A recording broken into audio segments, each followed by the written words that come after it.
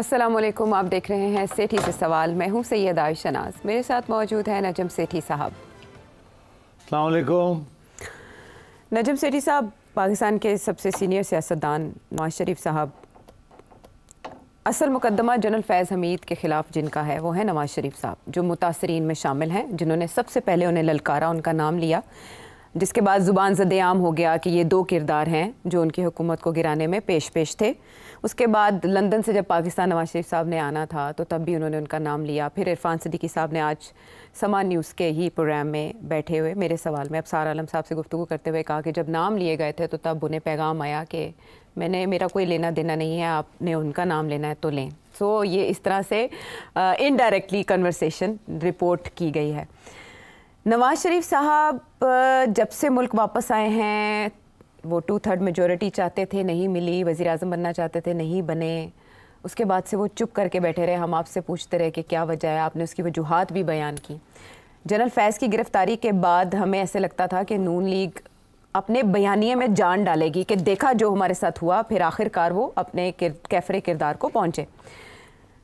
आज जब नून लीग की तरफ से ये रिपोर्ट किया गया कि 2 बजे के करीब नवाज शरीफ साहब की और मरीम नवाज साहिबा की प्रेस कॉन्फ्रेंस है, तो सबको यही लगा कि जनरल फैज़ के हवाले से वो कुछ इंकिशाफात करेंगे, क्योंकि नवाज शरीफ साहब हमेशा कहते थे मेरे सीने में कुछ राज हैं, मैं वक्त आने पर बताऊँगा। शायद वो वक्त आ गया, लेकिन जब वो स्क्रीन पर आए, एक तो ताख़ीर से आए, उसके बाद उन्होंने वही मामूल के मुताबिक कि मुझे क्यों निकाला, और 2017 में हालात बहुत अच्छे थे, बेहतर थे, इसमें कोई शक नहीं है, महंगाई के हवाले से या जो भी उन्होंने जिक्र किया, लेकिन नाम नहीं आया उनकी ज़ुबान पे जनरल फैज़ का। नवाज शरीफ साहब क्या सोच रहे हैं? अरे तो मुझे क्यों पूछ रही हो? मेरी तो उनसे मुलाकात हुए मेरा ख्याल है 3 महीने हो गए। आपका हैशटैग है मुझे क्यों पूछ रही हो, इसलिए कि आप एनालिसिस दें। नहीं, मैं एनालिसिस देता हूँ, मगर मतलब इतना डायरेक्ट आपने मुझे कह दी, वो चुप क्यों है?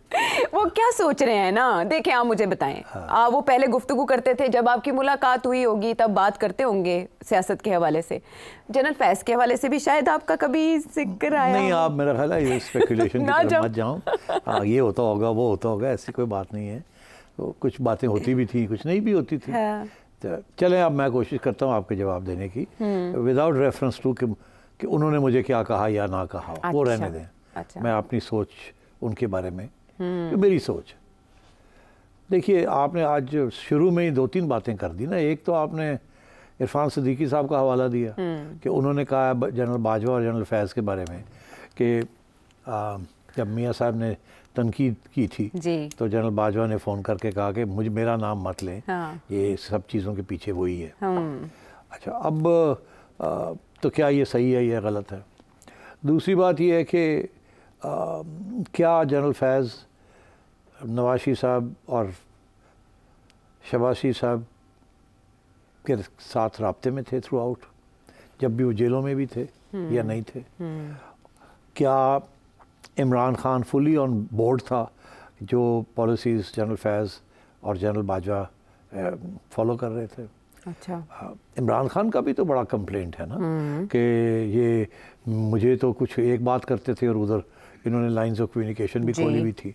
वो गालिबन जनरल फैज़ की बात नहीं करते थे, वो जनरल बाजवा की बात करते थे। जी जी। चलो, मैं आज आपको कुछ अंदरूनी हकीकत बताता हूँ क्या थी। इसके अलावा भी कोई अंदरूनी हकीकत? हाँ, इसके अलावा भी है। पहली बात तो ये है कि आमतौर पे कांटेक्ट जो इस्टेब्लिश होता है बिटवीन आर्मी चीफ और किसी के साथ भी, सिविलियन के साथ, वो या तो अपने किसी फ़ौजी अफसर के ज़रिए होता है, जिसमें आर्मी चीफ या DGI एतमाद रखते हैं, उनको कहते हैं आप रब्ता करें। अच्छा। और या फिर कोई ऐसे सियासतदान के साथ रब्ता होता है जो कि उनके करीब होता है, जानता है उनको, आना जाना है, तल्लकात रहे हैं पहले जिनको बरकरार ज़ाती तौर पे, और उनके ज़रिए पैगाम दिए जाते हैं और लाए जाते हैं। अच्छा, अब जहाँ तक मुस्लिम लीग नून की बात है, तो सिर्फ एक शख्स के ज़रिए नहीं पैगाम आते जाते रहे।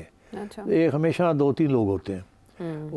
एक ये कहता है कि जी मैं फ़लाने के बड़ा करीब हूँ और कोई रिश्तेदारियाँ वगैरह बताता है कि मेरी ये रिश्तेदारी है, मेरी वो रिश्तेदारी है, मैं पैगाम ला सकता हूँ, ले जा सकता हूँ। कुछ लोग होते हैं जो सियासी तौर पे ऑफ़र करते हैं कि मेरे पास ऐसी सलाहियत है कि मैं रीच आउट कर सकता हूँ, पैगाम दे सकता हूँ। अच्छा। तो ये पैगाम लाने वाले जाने वाले मिल जाते हैं। अच्छा, अब नून लीग के अंदर एक साहब हैं जिन्होंने तो काफ़ी खुले आम बात ये कही थी कि वो जनरल बाजवा के साथ उनके तल्लुकात थे।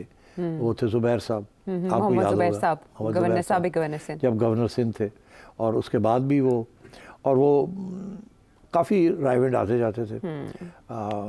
और उनका ये कहना था कि उनकी मुलाकातें होती रही जनरल बाजवा के साथ। ठीक, उन्होंने जनरल फैज़ की बात कभी नहीं की थी, जनरल बाजवा की बात ही करते थे जी। इस तरीके के साथ मुझे ख़ुद मेरा ज़ाती इल्म है कि लाहौर में जो स्टेशन कमांडर था ISI के, वो तब्दील होते रहते हैं, मगर जो भी थे जो वो शहबाज शरीफ के साथ जेल में भी राब्ते में थे। अच्छा। और उसके बाद भी जब वो तब्दील हो गए और कोई नया स्टेशन कमांडर आ गया तो वो भी राब्ते में रहे हैं शहबाज शरीफ साहब के साथ जी। और फिर मोहसिन नकवी साहब के ज़रिए भी राब्ते इस्टेब्लिश किए गए थे, क्योंकि मोहसिन नकवी साहब स्टेशन कमांडर्स के काफ़ी करीब रहे हैं। जो भी यहाँ स्टेशन कमांडर आता था, मोहसिन नकवी साहब उनके करीब होते थे। तो फिर मोहसिन नकवी साहब ने भी इसीलिए एक आगे जाके एक सियासी रोल अदा किया और ये जो सारा अलायंस था इसको स्ट्रेच अप किया। जब बाजवा साहब की पॉलिसी या फैज़ की पॉलिसी तब्दील हुई या होने जा रही थी, तो इसीलिए मोहसिन नकवी साहब को बहुत उसका इनाम भी मिला है, क्योंकि उन्होंने बहुत अहम रोल अदा किया था। तो मैं ये समझता हूँ कि आना जाना रहा। मियाँ साहब के साथ भी इनके अलावा भी कुछ लोग थे जिनके तल्लुकात थे बाजवा साहब के साथ या बाजवा साहब के फादर इन लॉ के साथ। उनमें खुद लोग कहते हैं कि हमारे थे मलिक अहमद खान साहब, जो इस वक्त स्पीकर हैं पंजाब असेंबली के, उन्होंने खुद तस्लीम किया जी मैंने रोल भी अदा किया है और मैं बड़ा करीब था जनरल बाजवा के जी। और जब वो एक्सटेंशन नहीं चाहते थे, वो बहुत सी बातें की उन्होंने, तो जाहिर है वो भी एक आते जाते थे जी, लंदन में आते जाते थे और इधर भी ज़ुबैर आते जाते थे मरियम को मिलने रायवेंड में। तो बात तो चल रही थी, कुछ ना कुछ तो चल रहा था इधर से या उधर से। तो इसीलिए खान साहब भी थोड़े परेशान थे कि यार एक ही गल है, मुझे तो यहाँ ये बात हो रही है और वहाँ राब्ते खुले हुए। और बाय द वे राब्ते सिर्फ क्योंकि स्टेशन कमांडर जो होते हैं वो DGISI को या DGC को रिपोर्ट करते हैं, फिर वो आगे DGISI को करते हैं कभी कभी। और उस वक्त एक स्टेज पे जनरल फैज़ जो थे वो DGC थे, फिर उसके बाद वो प्रमोट हुए टू DGISI। तो जनरल फैज़ के राब्ते रहे हैं विद मुस्लिम लीग। अच्छा, इसीलिए आज हामिद मीर साहब मैंने सुना है, उन्होंने कहा है कि फैज़ का ये कहना है कि मैंने तो इनके लिए ये किया वो किया, मैंने तो नवाज शरीफ को बाहर भिजवा दिया और फिर देखो इन्होंने मेरा नाम ले लिया और ये किया। ऐसी है ना। अच्छा, अब बात ये है कि इमरान खान ने भी तो ये कहा था ना, याद होगा आपको, कि ये देखो जी ये प्लेटलेट्स का ड्रामा सारा हुआ और वो कहते थे हमें बेवकूफ़ बनाया गया। तो बेवकूफ़ किसने बनाया? मतलब है कि नून लीग ने तो नहीं बनाया ना, किसी और ने बनाया था ना। जाहिर है जिन्होंने ग्रीन लाइट देनी थी कि निकालो इनको यहाँ से, तो उन्होंने बनाया ना बेवकूफ़। और वही बैठे होते थे, हर रोज़ तस्वीर आती थी कि प्राइम मिनिस्टर हाउस के लॉन के पीछे 3 कुर्सियाँ, एक में मियाँ साहब, एक में इमरान खान बैठे हुए हैं, इस तरफ बाजवा साहब बैठे हुए हैं, इस तरफ फैज़ साहब बैठे हुए हैं। और फैज़ साहब ने अपना ग्रे सूट पहना हुआ और पिंक टाई पहनी हुई, जो कि वो बड़ा पसंद करते थे। Great combination, he is a nice dresser. कुछ आपका भी वैसा ही है। अच्छा, नहीं, मैंने भी उनकी ड्रेस सेंस को तारीफ की थी। अच्छा, he is quite neatly dressed.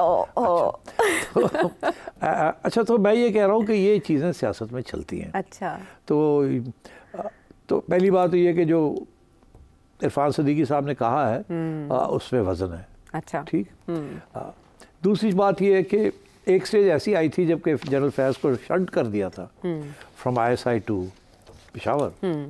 तो उस वक्त कुछ लोगों ने कहा था कि अभी ये खुडे लाइन चले गए हैं जी। आसिफ जरदारी साहब ने कहा था अब वो फारग हो गया, खुडे लाइन चले गए। पता ये चला कि वो बिल्कुल खुडे लाइन नहीं गए थे। वहाँ भी जब थे तो वो बहुत कुछ कर रहे थे और उसके बाद भी जब रिटायर भी हो गए तो आज ये पता चल रहा है कि वो बहुत कुछ कर रहे थे। यही है ना जी। तो खुडे लाइन तो वो नहीं लगे। हाँ। अगर लगे भी थे तो उन्होंने खुडे लाइन को मेन लाइन बना दिया। काबिलियत। अच्छा, तो अब बात यह है कि this is the way it's been. इसमें कोई शक नहीं है कि जनरल बाजवा और जनरल फैज़ एक सफ़े पे थे। वो कौन सा सफ़ा था और कहाँ आपस में इनकी डिफरेंस ऑफ ओपिनियन हुआ, ये बड़ा इंपॉर्टेंट है, जिसने आज तक किसी ने डिस्कस नहीं किया। They were on the same page on 2 issues. Okay. एक इशू था कि इमरान खान को लाना है और चलाना है और इन दोनों को निकालना है और इनको फारग करना है। वो तो हो गया, ठीक है। उसके बाद ये एजेंडा था कि इमरान खान को उस सिर्फ ये आगे भी चलाना है, ये एक इलेक्शन जिता के 10 साल का प्लान, फिर 10 साल का प्लान, सदारती निज़ाम। उसके अंदर जो दूसरा प्लान था, इसी के प्लान के अंदर इमरान को चलाना है। अच्छा। लाना और चलाने के अंदर ये था कि एक एक्सटेंशन बाजवा साहब को मिलेगी। अच्छा। जिसकी वजह से फिर जनरल फैज़ की सीनियर दौरान बन जाएगी, तो उसके बाद फिर जनरल फैज़ की को आर्मी चीफ बनेंगे। और वो 6 साल कम से कम वो रहेंगे। ठीक है। तो 6 साल इसमें से खान साहब के 10 साल बन जाते। तो ये 2 चीज़ों पे इत्तेफाक था। हाँ। अच्छा, अब कहाँ आके इत्तेफाक थोड़ा सा हिल गया। हिला यहाँ के जब बाजवा साहब ने ये कहा कि अब मुझे फैज़ साहब को कोर देनी है जी। और उस वक़्त जनरल बाजवा को ऐसे लग रहा था कि कुछ बातें जनरल फैज़ ऐसी कर रहे हैं कि उनको भी पता नहीं चलता वो क्या हो रहा है और क्या नहीं हो रहा है। अपने उन पे कर रहे हैं। और उनके ऊपर भी प्रेशर था from with in the army कि जनरल इनको अब ISI से हटाया जाए। अच्छा। और किसी और को लगाया जाए। और ये एक तकाजा भी होता है, you can't stay in one place for so long. जी जी। और उनका ये था कि इनको कोर देनी है ताकि वो आगे मामला तय हो जाए कि ये बनेंगे आर्मी चीफ। अच्छा। उस वक़्त एक ऐसी चीज़ हुई जिसके साथ मैं समझता हूँ जनरल बाजवा और फ़ौज के अंदर थोड़ी सी बेचैनी हुई। वो थी एक प्रपोज़ल जो इमरान खान ने दी जनरल फैज़ के कहने के ऊपर। वो ये प्रपोज़ल थी कि ISI अब इतनी बड़ी ऑर्गेनाइजेशन हो गई है। अच्छा। कि उसकी एक सेपरेट, और उसका डायरेक्टरेट भी सेपरेट है। अच्छा। तो उसको भी एक कोर की हैसियत दे दी जाए। हाँ, याद है आपको? यस यस यस, इससे तो बाजवा साहब बहुत नाराज हुए। और वो प्रपोज़ल फिर कोर कमांडर मीटिंग में आई, किसी से करवाई गई कि जी आप ये, और उसमें फिर काफ़ी ऑब्जेक्शन हुआ वहाँ उस मीटिंग के अंदर, और जनरल फैज़ को पुश बैक मिली वहाँ। अच्छा। क्योंकि देखिए जो कोर कमांडर की मीटिंग होती है उसमें ISI चीफ को बाय इनविटेशन बुलाया जाता है। अच्छा। वो naturally he doesn't sit in their. Okay. उनको बुलाया जाता है फॉर ब्रीफिंग। ओके। कभी कभी ज़रूरी नहीं होता कि ISI चीफ भी बैठा हो, मगर आम तौर पे he is not part of the core commanders conference और मीटिंग, बट उनको बुलाया जाता है फॉर ब्रीफिंग पर्पसेस। ओके। तो ये जब ब्रीफिंग हुई ऑन दिस के जी बहुत बड़ी ऑर्गेनाइजेशन है, इतने हज़ारों लोग हैं, एक डिवीज़न जितने लोग हैं ISI के अंदर, इधर भी है उधर भी है इधर भी है, तो इसको भी एक कोर दे दी जाए। उसका मकसद सिर्फ एक था कि इनको कोर हेडक्वार्टर्स ना जाना पड़े, यहीं बैठे रहें जब तक बाजवा साहब फारग नहीं होते और ये आर्मी चीफ नहीं बनते। हाँ, नहीं तो बीच में कुछ स्लिप अप ना हो जाए। यस। ठीक। तो this was the purpose of that. वो खान साहब के जरिए इन्होंने मूव करवाया, वो शूट डाउन हो गया। उस वक्त बाजवा साहब शकी हो गए कि यार ये कुछ और ही तो गड़बड़ तो नहीं हो रही कोई। फिर ये भी मैं आपको बताऊं कि मेरा ख्याल है 1-2 ऐसे इंस्टेंसेस भी हुए जहाँ शायद मेरा ख्याल बाजवा साहब की नॉलेज में भी आए कि कुछ राब्ते बनाए गए between general Faiz and Nawaz Sharif साहब और मरियम थ्रू सम पीपल कि जी बात करें। तो आगे से शायद जवाब ये मिला कि हाँ ठीक है, बात करने के लिए तैयार है, चीफ से बात करेंगे, तुमसे नहीं करेंगे। अच्छा अच्छा, वो कोई अपने लिए रास्ता तलाश करना चाहते थे? वो अपने लिए रास्ता ढूंढ रहे थे, जो कि अब नज़र आ रहा है कि वो हमेशा एश्योर करना चाह रहे थे कि मुझे चीफ बनाएं और मैं ये करूँगा आपके लिए ये करूँगा। ख्वाजा आसिफ ने भी कहा ना कि वो मिन्नतें वो जब बात आगे बढ़ी तो जब जवाब ये आया कि हम बात करने के लिए तैयार हैं मगर चीफ से बात करेंगे। ओके। तो आपसे क्या बात करनी है? तो वो फिर कैंसिल करनी पड़ी वो मीटिंग्स, क्योंकि वो नहीं चाहते थे कि ये बात चीफ तक जाए, वो अलग अपनी ग्रिड खोलना चाह रहे थे। अच्छा। ठीक। ओके। तो वो फिर बाजवा साहब और भी शकी हो गए कि यार है सेपरेट लाइन भी इन्हें कोई खुली। सो मैं समझता हूँ कि इस किस्म के issues led to his finally going to page rupture हो गया। उस वक्त क्रैक्स आने शुरू हो गए थे। क्रैक आना शुरू। और इमरान भी बड़ा अपसेट था। उसने बड़ी कोशिश की कि किसी तरीके के साथ ट्रांसफ़र ना हो, यहाँ तक कि आर्मी की तरफ से अनाउंस कर दिया जी कि इनकी ट्रांसफ़र होगी और ये कोर जा रहे हैं जी। ये फिर भी DGISI बन के बैठे रहे।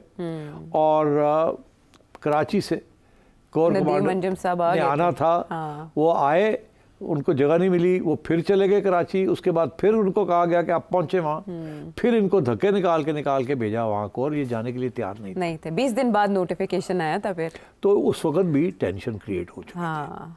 एक ऐसी स्टेज भी आई थी कि इमरान खान और जनरल बाजवा की आपस में काफ़ी झड़पें शुरू हो गई थी काफ़ी कुछ इश्यूज़ के ऊपर। अच्छा। ये भी उनमें सारे इश्यूज़ थे। ये specially transfer of general Faiz. General Bajwa was under enormous pressure from his colleagues कि अब फ़ारग करो, इनको उधर भेजो। अच्छा। और बिकॉज गलतियां भी हुई थी ना इनसे। कराची में जो कुछ हुआ मरियम के साथ जी वो होटल बड़ी अग्रेसिव किस्म की। तो मेरा ख्याल है कि वो एक स्टेज ऐसी आई कि बाजवा साहब बहुत अपसेट थे इमरान खान से। बहुत अपसेट थे। वो कौन सी स्टेज थी? वो इसी के दौरान एक स्टेज थी। अच्छा। और वो एक मीटिंग के बाद वापस आए और उन्होंने आके कंप्लेन किया एक दो लोगों के नाम मैं नहीं लूँगा कि मैं अब नहीं चल सकता इसके साथ, मैं तंग आ गया हूँ। ये एक बात करता है, मुझे कहता है ऐसे करना है, मैं मानता हूँ, फिर घूम जाता है, फिर करता नहीं है, मेरी बड़ी बेइज्जती हो रही है, I am under enormous stress, इसने मुझे पागल किया हुआ है, बात नहीं सुनता, ये नहीं करता, वो नहीं करता, मैं जा रहा हूँ, मैं रिज़ाइन करता हूँ, आप लोग संभाल रहे हैं। तो फिर बहुत लोग भागे, 5-6 जनरल्स और एक आध रिटायर्ड, वो भी भागे। उन्होंने जाके इसको घर में काबू किया, बाजवा साहब को कहा कि नहीं ऐसे नहीं करना। ये तैयार थे अपना रेजिग्नेशन लिखने के लिए। ये भी बात निकली है कि एक ऐसी स्टेज आई थी, ये मैं कहता हूँ कि हुआ है। अच्छा। फिर उनको रोका गया कि नहीं अगर आपने ऐसे किया तो बिल्कुल ही बहुत ही गड़बड़ हो जाएगी, तो you can't do this, hang in there. मगर दैट शोज़ यू कि लास्ट स्टेजेस पे कुछ इश्यूज बनने शुरू हो गए थे between Imran and Bajwa and between Bajwa and Faiz. उसमें इनकी एम्बिशंस वर एट स्टेक। अच्छा। आखिरी दिनों में बाजवा साहब ने तो अपनी एक्सटेंशन ले ली, घर जाने के लिए तैयार थे, मगर जब ये देखा कि इश्यूज बनने शुरू हो गए और इमरान खान ने अड्डी जो है वो तकड़ी कर ली और कहने लगा मैं नहीं मानता, आसिम को नहीं बनाना, और वो किसी और का नाम ले रहे थे। जी। तो बाजवा साहब ने सोचा कि मैं कोई सोल्यूशन ढूंढता हूँ। अच्छा। उन्होंने जो प्रपोज की solution to Noon league and to Imran Khan वो ये थी कि मुझे 6 महीने के लिए और एक्सटेंशन दे दे और इसके दौरान मैं ये सारे मसले आपके हल कर दूंगा, और आप ऐसे है कि इसके दौरान फिर आसिम रिटायर हो जाएगा। हाँ। तो फिर जो है वो हम फलाने बंदे को लगा देंगे, इनके अलावा कोई भी आ जाए। हाँ। इनके अलावा 2-3 और नाम थे। एक नाम ऐसा था जिसको पीपल्स पार्टी सपोर्ट करती थी, और एक नाम ऐसा था जिसको इमरान खान सपोर्ट करता था। तो उस स्टेज पे फिर नवाज शरीफ साहब नहीं माने जी, वो फिर वेकेशंस पे चले गए थे सारी फैमिली। फिर नवाज शरीफ साहब गायब हो गए और उन्होंने जवाब ही नहीं दिया इस चीज़ का। इधर लॉन्ग मार्च शुरू हो गया और आखिरी स्टेज पे जब ये फिर प्रेशर डाला कि अगर आप ये नहीं, आसिम मुनीर को नहीं लगाना आपने, किसी उसको लगाना है या उसको लगा दें, इनको नहीं लगाना, और अगर आप नहीं करेंगे तो हम मार्शल लॉ लगा दूंगा मैं। ये बाजवा साहब ने थ्रेट दी थी। अच्छा। ये बिल्कुल, या अगर दी नहीं थी तो जो पैगाम लेके गया था बंदा, उसने जाके कहा कि ये ख़तरा ये है कि अगर आप ये बात नहीं मानेंगे तो ये होगा। ये आखिरी दिन की मैं बात कर रहा हूँ, रात के वक्त। अच्छा। और शहबाज शरीफ साहब ने मियाँ साहब को फ़ोन किया और कहा यहाँ ये प्रेशर लगा हुआ है, वो कहते हैं अगर आप ये नहीं करेंगे आज तो हम मार्शल लॉ लगा सकते हैं। तो आगे से मियाँ साहब ने कहा कि तू डट जा, तू नहीं हिलना, आसिम मुनीर लगाना है। अच्छा। और ये मैं आपको समझें आपके हॉर्सेस माउथ एंड कंपनी से मैं आपको बता रहा हूँ कि दिस व्हाट हैपेंड। और वो जो साहब गए थे पैगाम लेके शहबाज शरीफ साहब के पास, अच्छा, ये वही साहब थे जो कहते थे कि मेरे तल्लकात हैं अच्छा, जनरल बाजवा के साथ, और उनके पैगाम लंदन भी लेके आते थे, जाते थे। और आज भी वो ये कह रहे हैं कि ऐसी बात नहीं हुई कि कोई बाजवा ने थ्रेट ऐसी नहीं की थी। अच्छा अच्छा। अब नाम तो मैं क्या लूँगा, मैंने पहले ले ही लिया। सब तो, समझ गए, बाजवा साहब आप समझ जाएं। तो ये इस किस्म की सिचुएशन रही है। कुछ लोगों ने अपनी दोस्तियाँ निभाई हैं, कुछ लोगों ने अपने पर्सनल एम्बिशंस को बढ़ाने की कोशिश की है, और in the end Nawaz Sharif was successful and Imran Khan was not. ठीक, तो ये है सारी स्टोरी। प्लान क्या ये था, पहला हुआ क्या? ये पहला आपने हिस्सा। दूसरा हिस्सा भी पूछा था। हाँ। अब उसका जवाब दूं या असल में ये इरफान सिद्दीकी साहब की ब्रेक का मुझे कहा जा रहा है, लेकिन इरफान सिद्दीकी साहब के इंटरव्यू में एक और बात भी ये है कि नवाज शरीफ साहब को हटाने में सिर्फ फैज़ नहीं, ज़हीरुल इस्लाम का दौर भी कम नहीं था, लेकिन हम फैज़ हमीद के मामले को फैज़ हमीद तक महदूद रखना चाहते हैं। क्या हम इससे ये मुराद लें कि सिर्फ नून लीग फैज़ हमीद साहब को ही रखना चाहती है सेंटर में, और वो बाजवा साहब के एहतसाब का मुतालबा भी नहीं करेगी? देखिए, इस वक्त तो इशू बना हुआ है जनरल फैज़ का जी। बाजवा साहब is not involved after retirement. Bajwa साहब की मेरी जो इन्फॉर्मेशन है is not involved in May 9th या in trying to create instability within the arm forces. उनका कोई रोल नहीं है इसमें। जो इस वक्त, क्योंकि वो तो घर चले गए थे, अब उनका कोई इंटरेस्ट नहीं था। अभी जो इंटरेस्ट चल रहा था वो तो जनरल फैज़ का था ना। तो अभी भी उनका इंटरेस्ट यही था कि किसी तरीके के साथ कुछ ऐसा सूरत हाल हो जाए, इमरान खान वापस आ जाए। अगर वापस आ जाते हैं तो अब खैर वो DGI नहीं लग सकते, मगर he could become an adviser, he could become a very critical national security adviser, he could become the real power behind Imran Khan. तो और उनके सपोर्ट बेस भी है, जब पहले भी कहते रहे, और अब वो निकल भी रहा है, पर लोगों को पकड़ दकड़ हो रही है कि कौन था क्या था। बिल्कुल। तो मेरा ख्याल है general Bajwa was not part of all that. ये जो सारा जो अभी जो केस बनने जा रहा है, इसमें हो सकता है उनसे पूछ की जाए about certain issues, but I don't think he will be figuring prominently in this particular case. Okay, और नून लीग भी परसू नहीं करेगी? नून लीग समझती ये है कि इवेंचुअली जब कोई रास्ते खुले उनके लिए, तो जनरल बाजवा ने वो रास्ते खोले, जनरल फैज़ ने नहीं रास्ते खोले। वो अगर कोई रास्ते खुले हैं तो वो जनरल बाजवा ने खोले। अच्छा। तो और वो समझ भी आती है ना कि बाजवा साहब जो हैं वो इमरान से डिसइल्यूजन हो चुके थे, नाराज़ भी थे, और ज़ाती तौर पे काफ़ी जलील भी किया उनको इमरान खान ने। इमरान खान की एटीट्यूड ही मैंने तुम्हें दिया है, एक्सटेंशन दी है, होर तो नहीं चाहिए, चुप करके बैठ। अच्छा, but you can't do that with the army chief ना। हाँ ठीक है। हाँ, लेकिन नून लीग का रवैया भी काफ़ी मशकूक रहा। इसके खिलाफ अगर कुछ केसेस मौजूद भी थे तो उनमें भी नून लीग के ही वो वज़रा जो उस दौर में हुकूमत में थे वो उन्हें क्लीन चिट देते रहे, क्लियर करते रहे। तो आपको बिहेवियर, नून लीग के बिहेवियर के हवाले से थोड़ी बहुत आशनाई तो मिली। जो मेरा अगला सवाल है वो ये कि ज़्यादातर लोग कसूरवार समझते हैं कि जो प्रोजेक्ट इमरान खान था इसको इंस्टॉल करने में जनरल बाजवा डॉक्ट्राइन जो उन्होंने तब इंट्रोड्यूस कराई थी जब इमरान खान साहब इक़्तिदार में आए थे, उसका बहुत ज़्यादा किरदार था। क्या वाकई ऐसा है? ब्रेक के बाद आके बात करते हैं।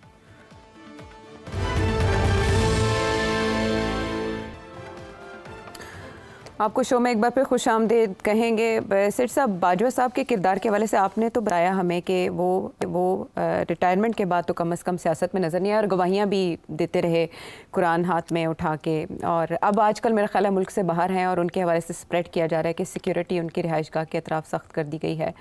परहैप्स वो ताउन भी करेंगे जैसे कि आपने फरमाया। असल जो सहरा जाता है इस प्रोजेक्ट को ओन करने का और फिर RTS बिठाने का और सब में किरदार, और जनरल फैज़ खुद कहते रहे कि मैं रिपोर्ट करता था जनरल बाजवा को। इरफान सिद्दीकी साहब ने आज अपने इंटरव्यू में कहा कि हम ये नहीं मानते कि इन दोनों में इख्तलाफात थे उस वक्त। तो जनरल बाजवा कैसे बरी ज़िम्मा हो सकते हैं? देखिए, प्रोजेक्ट इमरान खान जनरल बाजवा का प्रोजेक्ट नहीं है। प्रोजेक्ट इमरान खान जो है वो जनरल कियानी के दौरान के ज़माने में शुरू हुआ था। अच्छा। और मुशर्रफ साहब की छुट्टी कराई गई, उस वक़्त पीपल्स पार्टी की गवर्नमेंट आ गई, और उस वक़्त जो प्राइम मूवर्स एंड शेकर्स थे ऑफ प्रोजेक्ट इमरान खान, उसमें जनरल पाशा थे।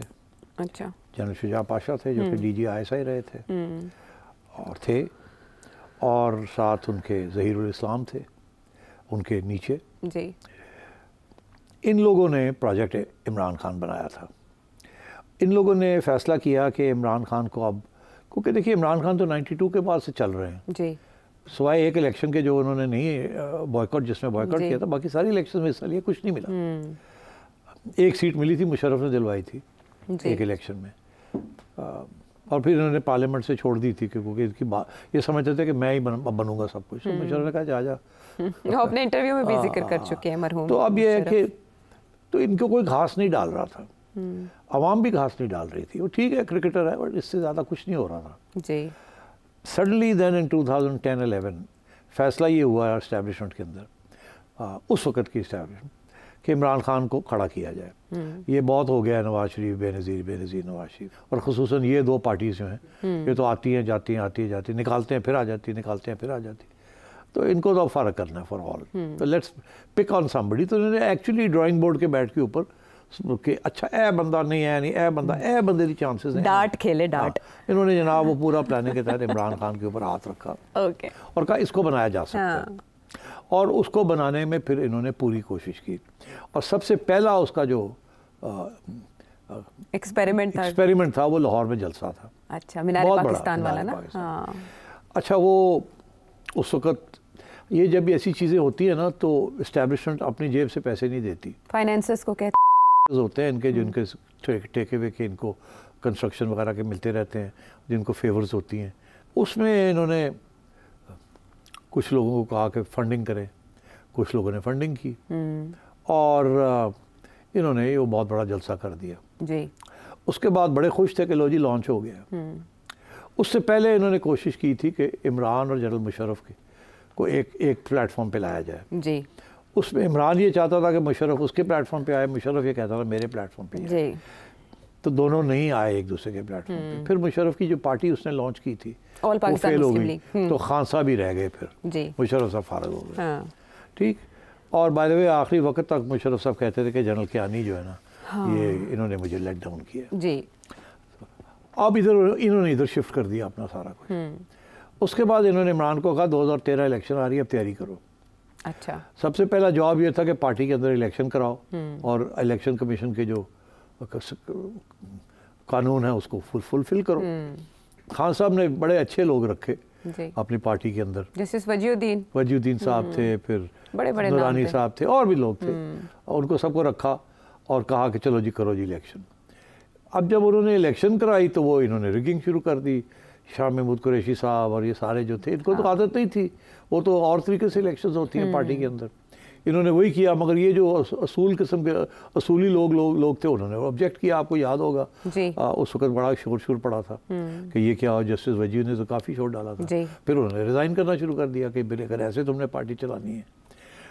तो ये पार्टी के इलेक्शन भी सही तरीके से नहीं करवा सका, ऑर्गेनाइज नहीं कर पाए उसको। हाँ। उससे बड़ी मायूसी हो गई आईएसआई के अंदर। अच्छा। यार है बंदा, टाइम बहुत थोड़ा है, सिर्फ 1.5 साल रह गया है, 2012 का साल है, इसमें अंदर ये भी नहीं कर सका, और आधा साल गुजर गया था और अभी तक ये फटे पड़े हुए थे।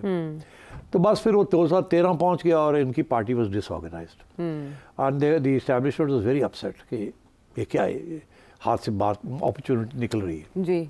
उसके बाद मियाँ नवाज शरीफ साहब की पार्टी जीत गई जी। जब वो जीत गई तो फिर ये फैसला हुआ कि अब क्या किया जाए। अब तो ये 5 साल के लिए आ गया नवाज शरीफ। हाँ। और नवाज शरीफ साहब के खिलाफ थे ये पहले दिन से। उनको 2 दफ़ा तो निकाल चुके थे, तो ट्रस्ट भी नहीं करते थे और कहते थे ये तो सॉफ्ट ऑन इंडिया है और ये है और वो है। तो प्लानिंग शुरू हो गई कि अब कैसे करना है। 1 साल तक तो प्लानिंग होती रही कि जी क्या करना है क्या नहीं करना है, इमरान को कैसे। इमरान बीच में वो गिर भी गए थे, फिर इंजर हो गए, का शिकार इलेक्शन से कुछ दिन पहले। तो वो फिर जाहिर है रिकवरी भी उसकी वक्त तो ठंडा पड़ गया सारा कुछ। फिर ये प्लान बढ़ा 2013 के आखिर में, शुरू में 2014 के, कि जी अब हमने जो 2013 की इलेक्शन है उसको डिक्लेयर करना है कि वो रिग्ड थी जी। धांधली का शोर मचाना है और फिर लॉन्ग मार्च और फिर 4 सीटें या 2 सीटें, 4 हलकों का मुतालबा, 2 का मुतालबा करना है, उसमें प्रूव करना है, फिर उसके बेसिस के ऊपर सारी इलेक्शन को खड़ा कर देना है। हाँ, तूफान खड़ा कर देना। खान साहब ने कहा डन हो गया। जनाब वो डन तो हो गया, उसमें मैंने भी रगड़ा मिल गया। खान साहब ने मेरे ऊपर भी 2014 में 35 पंचर, क्योंकि मेरे बगैर ये प्रूव नहीं कर सकते थे कि जब तक ये नहीं प्रूव होता कि सेठी ने रिगिंग की है, क्योंकि पंजाब था, आई वाज चीफ मिनिस्टर, तो वो तो मुझे लाना ही लाना था बीच में, उसके बगैर कंस्पिरेसी थियरी नहीं बनती। अच्छा, मैं I went into a state of shock कि यार ये इमरान को तो पता है ऐसे नहीं हुआ, तो ये क्यों कर रहा है। तो मैं शकी भी हो गया, मैंने कहा कोई प्लानिंग हो रही है, इसका मतलब है कुछ करने जा रहे हैं, ये इतना बड़ा कोई प्रोजेक्ट बन रहा है ये। बिकॉज जाहिर है कि अगर मैंने रिगिंग की होती तो मैं शक करता कि यार मारे गए फड़े जावांगे, मगर यहाँ तो हुआ नहीं था ऐसे कुछ, तो ये क्यों कहा जा रहा था एट द हाईएस्ट लेवल कि ये हुआ है। इसका यही मतलब है कि ये कोई पैग बना रहे हैं जिसके ऊपर से इन्होंने आगे एक बयानिया बनाना है जी, और वो झूठा बयानिया होगा। तो आई गॉट वेरी सस्पिशियस, मैंने कहा यार इसको स्टडी करते हैं। दाल में अब तरीका स्टडी करने का क्या था, क्या कोशिश करें कि जो लोग ये साजिश कर रहे हैं उनके करीब हो जाएं, जरा पता तो लगे वो क्या रहा है। फार्मूला सुन ले। तो अब मैं आपको बता रहा हूँ कि 2014 में अच्छा फिर आप करीब ताहिर उल कादरी साहब अच्छा और कुछ एजेंसियों के लोग और चौधरी हजरात ने हमें घेरा मुझे, अच्छा, और कहा सपोर्ट करें इस चीज़ को, हम करने जा रहे हैं, आप सपोर्ट करें। आज मैं आपको ये बता रहा हूँ। दैट्स हाउ आई नो क्या हो रहा था। अच्छा, कि मुझे कॉन्फिडेंस में लगेगा आज करो सब। आप चट्टा साहब बन जाते और आप कहते हैं हाँ धांधली, बिल्कुल। तो मैंने सब कुछ सीख सूख के समझ के अच्छा है, हो रहा है सबको मिल के मैं भाग गया। केमिकल फार्मूला लेके साइंटिस्ट भाग गया। And I in fact started exposing the formula. अच्छा, जिससे बड़ी नाराजगी मेरे साथ हुई। उस वक्त के जो कमांडर्स थे, ये जो एस्टैब्लिशमेंट को आपने उस वक्त चकमा दे दिया ना, वो बड़े नाराज हो गए। हाँ। अच्छा यार हमने तो इसको सोचा था कि अपना बंदा है और ये तो कुछ और ही हो गया। अच्छा, this is why I know all this, तो I am telling you this. अच्छा, वो फिर सारा जो प्रोजेक्ट था वो पूरा फेल हो गया। आखिरी कोशिश की ज़हीरुल इस्लाम ने। अच्छा, और नवाज शरीफ की इंटेलिजेंस ब्यूरो ने पकड़ लिया उनको कि वो कर रहे थे कोशिश पूरी, और नवाज शरीफ साहब ने जनरल रहील को बुला के कहा ये देखो तुम्हारा DGISI क्या कर रहा है। वो टेप भी सामने आ गई थी, मार्केट में भी आ गई। तो ये तो 2014 की बात है जी, 14-15 की बात है। हाँ। ऐसे ही है ना। तो अब फिर वो डॉन लीक्स आया ना, फिर वो जाहिर है फिर उन्होंने ये फैसला किया कि नवाज को निकालना है जी। उसमें उस वक्त DGISI रिजवान थे जी, रिजवान साहब को ये कहा गया कि इनको अब निकालना है। और फिर रिजवान साहब भी डॉन लीक्स के, उन्होंने एक्चुअली उस मीटिंग जो थी नेशनल सिक्योरिटी काउंसिल की, उसमें नवाज शरीफ साहब ने कहा DGISI को, रिजवान साहब को, कि यार ये बंद करें, बड़े प्रॉब्लम्स हो रहे हैं, हम चाह रहे हैं कि कुछ नॉर्मलाइजेशन हो। उन्होंने आके बता दिया कि नवाज तो गड़बड़ कर रहे हैं, वो तो बह के हमारे पे इल्ज़ाम लगा रहा है और मुझे कह रहा है कि ना करें ये काम। ठीक। और देखे तो सही ये कैसा प्राइम मिनिस्टर है, नेशनल सिक्योरिटी की सारी हमारी बात है और ये ऐसी बातें करता है वहाँ बैठ के। हल्की सी बात की थी मियाँ साहब ने कि जनरल साहब जरा देख लो, ना करो। वो फिर डॉन लीक्स हो गई। अब वो किसने डॉन लीक्स की तो छोड़े, वो हमारे जर्नलिस्ट फ्रेंड को किसी ने बता दिया कि वहाँ ये बात हुई है, उसने बात आगे कर दी, फिर उसकी भी छुट्टी हो गई। लेकिन वो बाद में और वो जो 2-3 लोगों के नाम आ रहे थे, ट्विटर पे बात करते रहे, परवेज रशीद साहब का नाम आ रहा था, और तारिक फातमी साहब का नाम आ रहा था, मुशाहिदुल्लाह साहब उनका भी नाम आ रहा था। तो सारे मियाँ साहब बेचारे, अब प्रॉब्लम हो गया कि यार वो कह रहे हैं कि अब निकालो इनको, इन्होंने नेशनल सिक्योरिटी ब्रीच कर दी है, ये बड़ा प्रॉब्लम बन गया। मैं होता तो मैं ना करता, मगर मियाँ साहब ने, मैं समझा मौका परस्ती, प्रेशर पड़ा, मियाँ साहब ने निकाल दिया इनको, उनको खुश करने के लिए और अपने आप को बचाने के लिए। मगर वो बचने वाले नहीं थे, उन्होंने फैसला किया हुआ था कि इमरान खान प्रोजेक्ट को हमने पूरा करना है। तो फिर उन्होंने फिर जो रास्ता ढूंढा और वो यही रास्ता था सुप्रीम कोर्ट का। ठीक। और उन्होंने फिर जजेस को तैयार किया। और पनामा की नहीं है। हाँ। और वो फिर पनामा जो है वो उसका एक रीजन बन गया। वो सारा बना। ब्रेक से पहले ये प्रोजेक्ट था, बाजवा साहब का प्रोजेक्ट नहीं। अच्छा, हाँ ठीक है। ये मैं आपको बता दूं जाते जाते, in all fairness to Bajwa साहब, जब चैंपियंस ट्रॉफी हमने जीती मेरे दौर में, तो बाजवा साहब ने खाना किया क्रिकेट टीम का, और मैं ले गया क्रिकेट टीम को बाजवा साहब के पास। अच्छा। तो बड़े खुश थे, क्रिकेट में बड़ा शौक रखते हैं। तो बातें हुई इधर उधर की। फिर जब मैं जाने लगा तो मुझे अलग ले गए और मुझे कहा कि देखें, मैं आपको बताना चाहता हूं कि मैंने नवाज शरीफ साहब के ख़िलाफ़ ये सारा कुछ नहीं किया। अच्छा। मैं तो इसके ख़िलाफ़ था कि वो जुडिशल कमीशन बनाए। तो मुझे पता था गड़बड़ हो सकती है, तो मगर अब मुझे एडवाइस ये मिली कि आप इंटरफेयर ना करें। मुझे जज एडवोकेट जनरल ने कहा कि मतलब इंटरफेयर ना करें, मगर आप मेरे बेस्ट विशेस कन्वे कर दीजिएगा मियाँ साहब को। कन्वे कर दिया आपने? तो मैंने कन्वे कर दिया। You believed him? I believed him, he was sincere.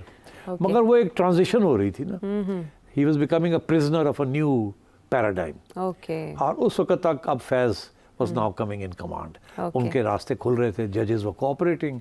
मियाँ साहब की छुट्टी हो गई। जब छुट्टी हो गई तो फिर रास्ते खुल गए। Then I think issue of extension became more important. Survival and extension. That's when the other story begins. Imran Khan project conclude हुआ बाजवा साहब के साथ, शुरू हुआ था जनरल कियानी और जनरल पाशा के ज़माने। अच्छा, ये कंक्लूड का लफ्ज़ बहुत अहम है। चले इसी के साथ हम लेते हैं एक ब्रेक।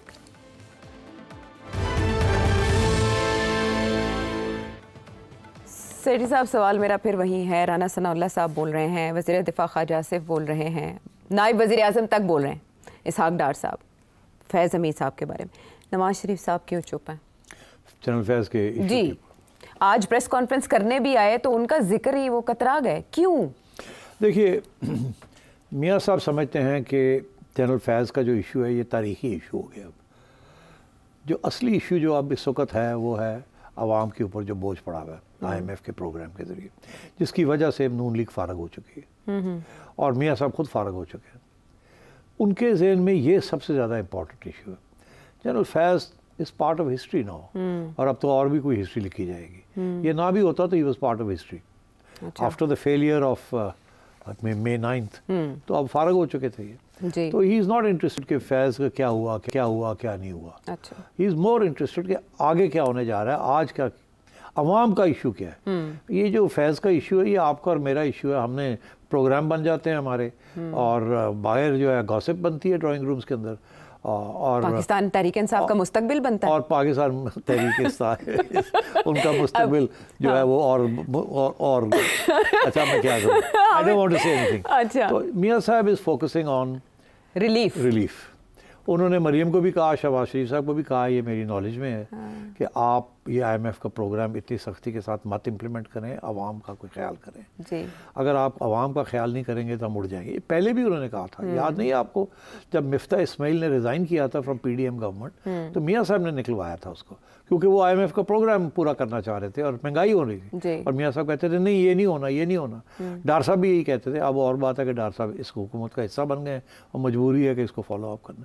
मियाँ साहब ने कभी भी एक्सेप्ट नहीं किया कि आवाम के ऊपर ऐसा बोझ डालना चाहिए, मगर अनफॉर्चुनेटली इस्टेब्लिशमेंट IMF प्रोग्राम चाहती थी, यही टर्म्स थी, और शहबाज शरीफ साहब प्राइम मिनिस्टर बनना चाहते थे, तो फिर ये बात करनी पड़ी।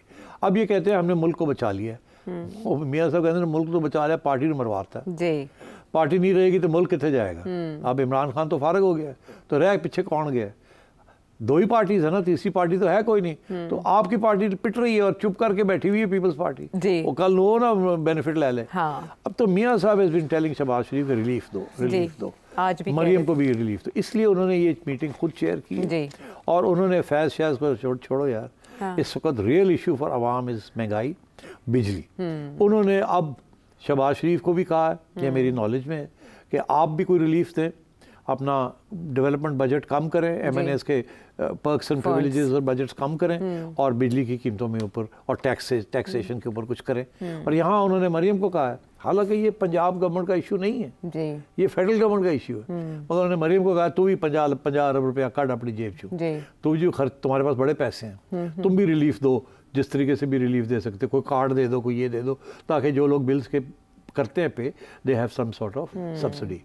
तो उन्होंने अब कम से कम शहबाज शरीफ साहब ने 50 अरब रुपया तो पहले दे दिया, उन्होंने 200 यूनिट वालों के लिए दिया था। अच्छा, वो उसके लिए दिया, और आज 500 यूनिट वालों के लिए 14 रुपए फी यूनिट कमी। ये मरियम ने नवाज साहिबा की तरफ से, ये बहुत बड़ी रिलीफ है, ये बहुत छोटी रिलीफ नहीं है। जब आपके बिल आएंगे ना अगले महीने, तो आपको पता चलेगा कितना फर्क पड़ गया, और आप, मैं समझता हूँ कि you will appreciate Maryam and Shahbaz Sharif साहब एंड नवाज शरीफ साहब। गलतियाँ होती हैं, प्रेशर होता है, स्पेशली IMF का, तो इसलिए I think that was more important to him. He thinks कि बड़ी बातें हो गई हैं, और कुछ ज़्यादा ही हो गई हैं, कोई ज़रूरत नहीं इस इशू के अंदर आपको कूदने की।